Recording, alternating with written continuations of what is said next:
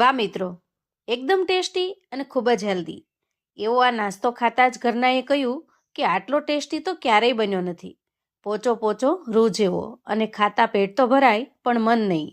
ઘરમાં નાના મોટા સૌને ખૂબ જ પસંદ આવે એવો લાજવાબ. તો હેલો ફ્રેન્ડ્સ, ધમુસ કિચન એન્ડ બ્લોગ પર તમારું સ્વાગત છે. મિત્રો, આજે આપણે કોઈપણ જાતના લોટના ઉપયોગ વગર ખૂબ જ હેલ્ધી અને ટેસ્ટી નાસ્તો બનાવીશું. અહીં એના માટે થઈ અને આપણે 1 વાટકી જેટલા પૌવા લઈશું. આ પૌવા જે નોર્મલ પૌવા આવે છે એ આપણે લીધા છે. ખાસ કરીને બટેકા પૌવા બનાવવા માટે જે પૌવા વાપરીએ છીએ એ પૌવાનો આપણે ઉપયોગ કરવાનો છે. ત્યાર પછી લીધેલા પૌવાને આપણે ચાળી લઈશું, જેથી એના અંદરનો કચરો, ધૂળ, માટી બધું જ નીકળી જાય. જુઓ, બજારમાંથી ગમે એટલા પેકિંગ વાળા પૌવા લાવો, થોડો ઘણો કચરો તો નીકળી જ જાય છે, જેથી એક વખત ચાળી લેવા ખૂબ જરૂરી છે. ત્યાર પછી પૌવાને આપણે એક બાઉલમાં ટ્રાન્સફર કરીશું અને પાણી નાખી પૌવાને ખૂબ સરસ રીતે ધોઈ લેવાના છે. 2 થી 3 વખત પાણી લઈને ધોશો તો પાણી એકદમ ચોખ્ખું થઈ જશે અને પૌવાનો કલર પણ એકદમ સરસ વ્હાઈટ થઈ જાય છે. પૌવાને આપણે એક સ્ટેનરમાં ટ્રાન્સફર કરી દઈએ, જેથી એના અંદરનું બધું જ પાણી આરામથી સ્ટેન થઈ જશે. હવે આ રીતે ધોઈને તૈયાર કરેલા પૌવાને આપણે 4 થી 5 મિનિટ માટે રેસ્ટ થવા દેવાના છે. અને પૌવા રેસ્ટ થાય છે ત્યાં સુધીમાં આપણે આજના નાસ્તા માટેની એકદમ ટેસ્ટી એવી ચટણી બનાવી લઈશું. આપણે આજના નાસ્તા માટે એકદમ ટેસ્ટી એવી ગ્રીન ચટણી બનાવીશું. એના માટે થોડી કોથમીર લઈ લઈએ. આદુના એક નાના ટુકડાને ઝીણો સમારીને ઉમેરી દઈએ. થોડા લીલા મરચાના ટુકડા ઉમેરીશું અને થોડા શિંગદાણા ઉમેરીશું. ત્યાર પછી આપણે 1 ચમચી જેટલું દહીં ઉમેરી દઈએ. એક નાની ચમચી અડધી જેટલી ભરીને ખાંડ ઉમેરીશું, જેથી ચટણી એકદમ સરસ ચટપટી અને ટેસ્ટી બને છે. તમારે જો ખાંડ ન ઉમેરવી હોય તો તમે સ્કીપ પણ કરી શકો છો. અને 1 ચમચી જેટલો લીંબુનો રસ ઉમેરીશું. હવે ઉમેરીશું સ્વાદ પ્રમાણે મીઠું. થોડું ચપટી જેટલું સંચળ ઉમેરીશું, એનાથી ખૂબ સરસ ટેસ્ટ આવે છે ચટણીમાં. અને થોડું આખું જીરું ઉમેરીશું.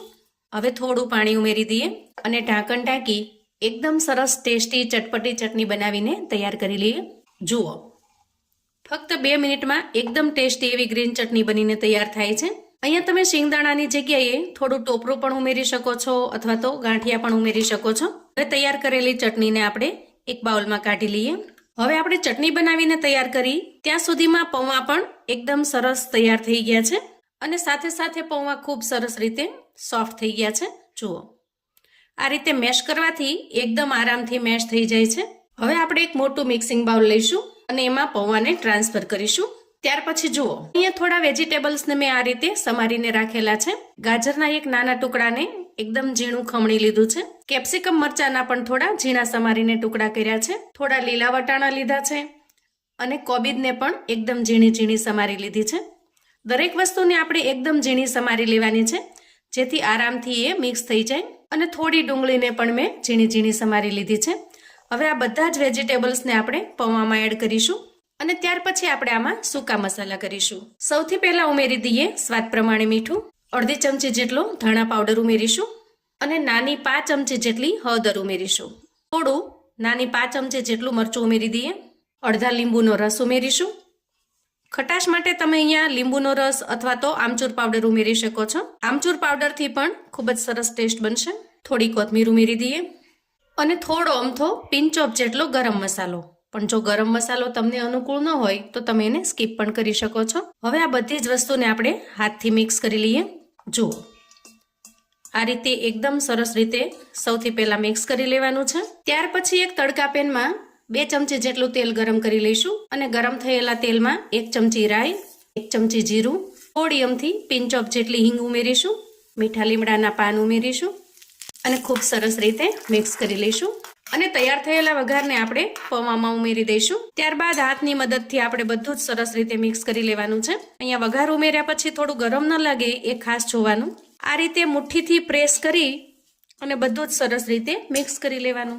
અને એકદમ કોરા પડી ગયેલા પૌવામાં આપણે વેજીટેબલ્સ ઉમેરેલા હોવાથી વેજીટેબલ્સનું પાણી પણ ધીરે ધીરે છૂટતું જશે, જેથી મિક્સ કરવામાં બિલકુલ તકલીફ નહીં થાય. જુઓ, આ રીતે બાઇન્ડિંગ આવી જશે. પણ જો છતાંય તમને થોડું કોરું લાગે, બાઇન્ડિંગ ન આવે, તો એમાં તમારે શું ઉમેરવાનું એ હું તમને બતાવું. જુઓ, આપણે મિક્સ કરતા અહીંયા એકદમ સરસ બાઇન્ડિંગ આવી ગયું છે. પણ માનો કે બનાવતી વખતે બાઇન્ડિંગ ન આવે તો તમારે 1 ચમચી જેટલું દહીં ઉમેરી દેવાનું.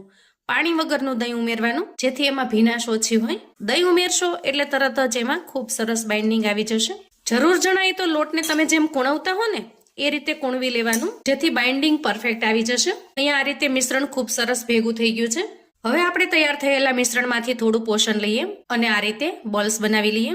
બોલ્સ બનાવવા માટે તમારે હાથને તેલવાળા કરવાની પણ જરૂર નહીં પડે. જુઓ, હાથમાં બિલકુલ નહીં ચીપકે.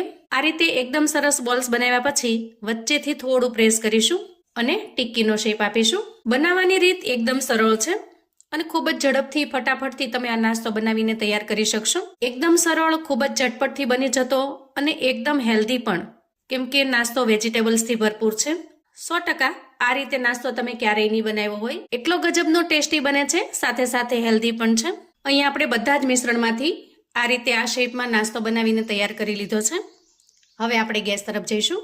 અહીંયા અગાઉથી જ ગેસ ઉપર મેં પાણી ગરમ થવા માટે મૂકેલું છે. હવે આ કડાઈની ઉપર આપણે એક કાણાવાળી ડીશ અથવા તો પ્લેટને સેટ કરીશું અને એને ઓઇલથી ગ્રીસ કરી લઈશું.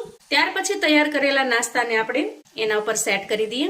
જુઓ, આ રીતે અહીંયા થોડી આપણે વચ્ચે જગ્યા રાખી છે, જેથી સરસ રીતે સ્ટીમ થઈ જાય. ત્યાર પછી આપણે એને કવર કરી લઈએ અને આ રીતે અંદાજે 3 થી 4 મિનિટ સુધી સારી રીતે સ્ટીમ થવા દઈએ. હવે અંદાજે 3 મિનિટ પછી આપણે ચેક કરી લઈએ. એકદમ સરસ સ્ટીમ થઈ ગયા છે. ગેસની ફ્લેમને આપણે અહીંયા બંધ કરીશું અને નાસ્તાને થોડીવાર માટે ઠંડો થવા દઈશું. સ્ટીમ થયા પછી નાસ્તો થોડો ફૂલી જાય છે અને એકદમ સરસ સોફ્ટ થઈ જાય છે. નાસ્તો સરસ ઠંડો થઈ ગયો છે અને આપણે એને ડીમોલ્ડ કરી લીધો છે. નાસ્તાને ખૂબ જ ટેસ્ટી અને મજેદાર બનાવવા માટે આપણે થોડો વઘાર કરી લઈએ. એના માટે ગેસ ઉપર એક પેન મૂકીશું અને અંદાજે 1 ચમચી જેટલું તેલ લઈશું. તેલ થોડું ગરમ થાય એટલે આપણે 1 ચમચી જેટલી રાઈ ઉમેરી દઈએ અને થોડું જીરું ઉમેરી દઈએ. રાઈ સરસ ફૂટી જાય અને જીરું પણ સરસ રીતે સતળાઈ જાય એ સમયે આપણે તૈયાર થયેલા નાસ્તાને ઉમેરી દઈશું અને ઉપરથી ઉમેરીશું થોડા ચીલી ફ્લેક્સ અને થોડી કોથમીર અને એકદમ સરસ રીતે મિક્સ કરી લઈશું. સરસ રીતે વઘાર તૈયાર થઈ જાય એટલે ગેસની ફ્લેમને બંધ કરીશું અને નાસ્તાને સર્વ કરી લઈશું. તો જુઓ, આપણો એકદમ ટેસ્ટી એવો નાસ્તો બનીને તૈયાર છે. એકદમ પોચો રૂ જેવો, મોઢામાં મૂકતા જ પાણી થઈ જાય એટલો સરસ અને ખૂબ જ ટેસ્ટી પણ. કોઈ પણ ચટણી સાથે તમે આ નાસ્તાને પીરસી શકો છો કે પછી આપણે આજે બનાવી છે એવી સરસ મજાની ગ્રીન ચટણી. તો કોઈ પણ ચટણી વગર પણ આ નાસ્તાનો ટેસ્ટ એકદમ ગજબનો લાગે છે. ચાની સાથે પણ એન્જોય કરી શકો છો અથવા તો આ રીતે વઘાર કરીને પણ એન્જોય કરી શકો છો.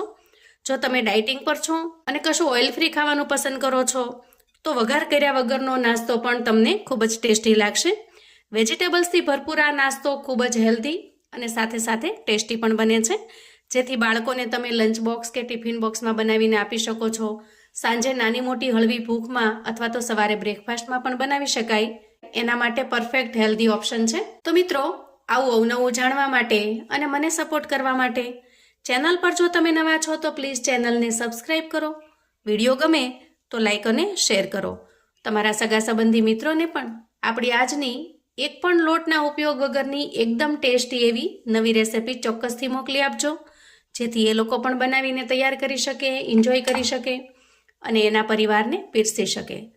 કોમેન્ટમાં મને ચોક્કસથી જણાવજો મિત્રો કે આજની આ ટેસ્ટી નાસ્તાની રેસિપી તમને કેવી લાગી છે.